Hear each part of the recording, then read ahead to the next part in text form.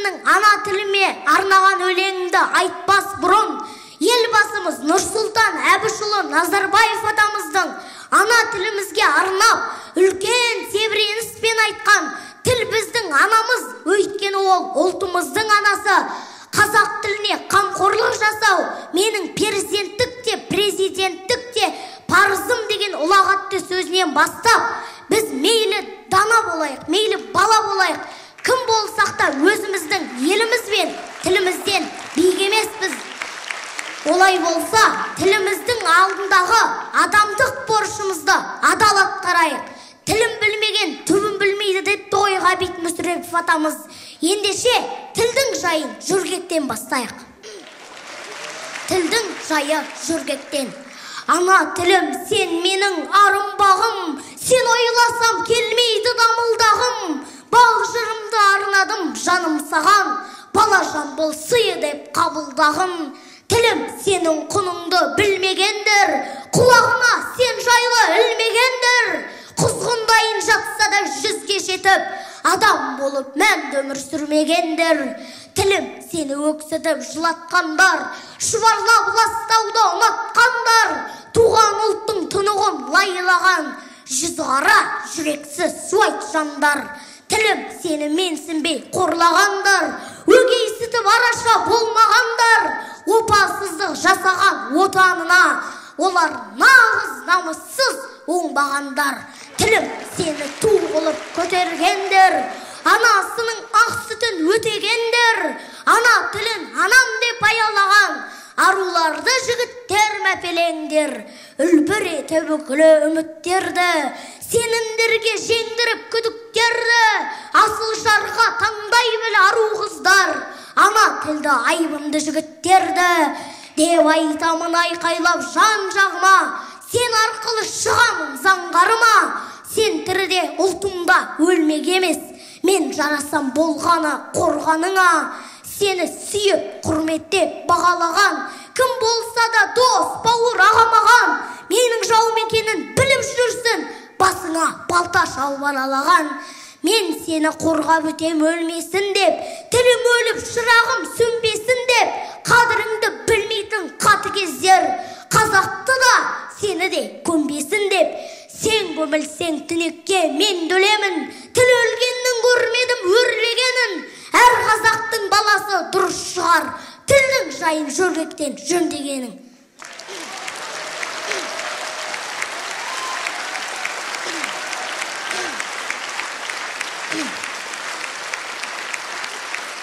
Тілі бар халық, тілі жоқ халық, балық деген мақалды баршаңыз білетін шығарсыз. Осы орайда маған елбасымыздың тағы бір ұлағатты сөзі есіме келіп тұр. Қазақтың болашағы қазақ тілінде, әр қазақ қазақпен қазақша сөйлессін деген екен.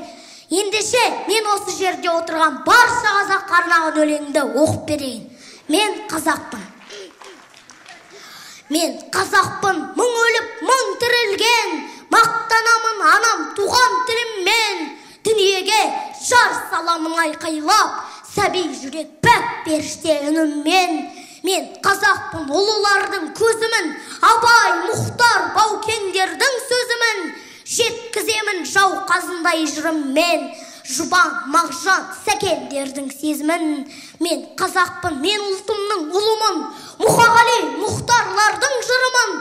Басқа жанға бас имейтін тәңірден. Мен азатпын, бір Алланың құлымын. Мен қазақпын, жатты бауыр көремін, қолда барды қонағыма беремін. Пенделікті пейіліме жеңдіріп, ертеңме еш алаңсыз сенемін. Мен қазақпын, алдаспандай өткірмін, елім десем келмес қарап тек тұрғым. Өкінемін, өгейсіті өз тілін, шүлдірлесе өзге тілде көп құрбым. Мен қазақпын, шындық менің ұраным, шындықты мен алашым деп ұғамын. Тілім, жерім, елім дейтін еңіреп, ертең мен де ата жолын қуамын. Қазақпын мен, бір тұтамын тілімді, қаранар боп көтеремін жүгіңді. Қазағым деп қарсы айырылған жүрегі, балажан бұл мен баламын бүгінгі.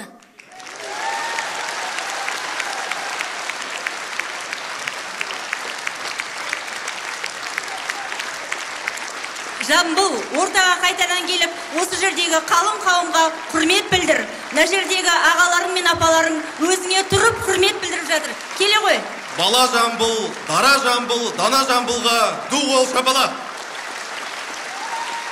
Осындай намысты кішкентай сәбилеріміз барда, бөбектеріміз барда, ұлттың болашағының жарқын болатынына қалай сенбейсің?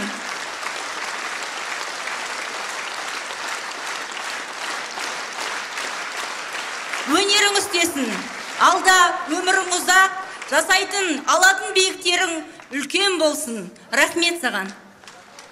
Ханымдар мен мырзалар, марапаттау рәсімін одан ары қарай жалғастырамыз. Тіл жанашыры құрмет белгісін тапсыру үшін сахнаға Астана қалалық тілдер дамыту басқармасының бастығы Оразгүл Асанғазы шақырылады.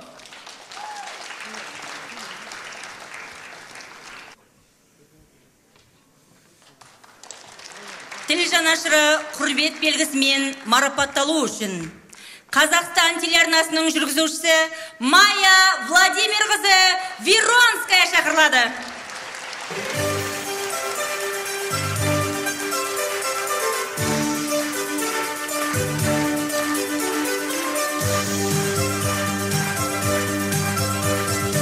Ол қазақ тіліндегі 2 жұлдыз қазағымның әндері фестивальдерінің жүргізушісі. Ол әр таң сайын таңғы сәлем бағдарламасымен халқымызды мемлекеттік тілде оятып келе жатқан тіл жанашыры.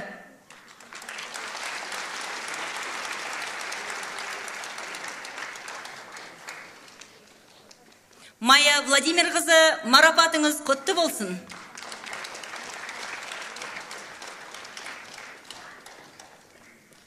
Ардақты ағайын, жақсының жақсылығына нұр тассын деп осы тіл журналы биыл 3-ші рет өткізіп отыр. Бәріміз бір-бірімізді көріп, теңізге құйған тамшыдай әркім өз әрекетін істеп жатқанына Құдайға шүкір дейміз.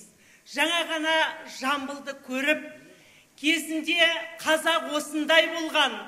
Қаздауысты Қазбек би, Төле би, Айтеке би 8 жасында билік айтқан десе, біздің кейбір мемлекетімізде өмір сүріп атқан этнос өкілдері сенбейтін.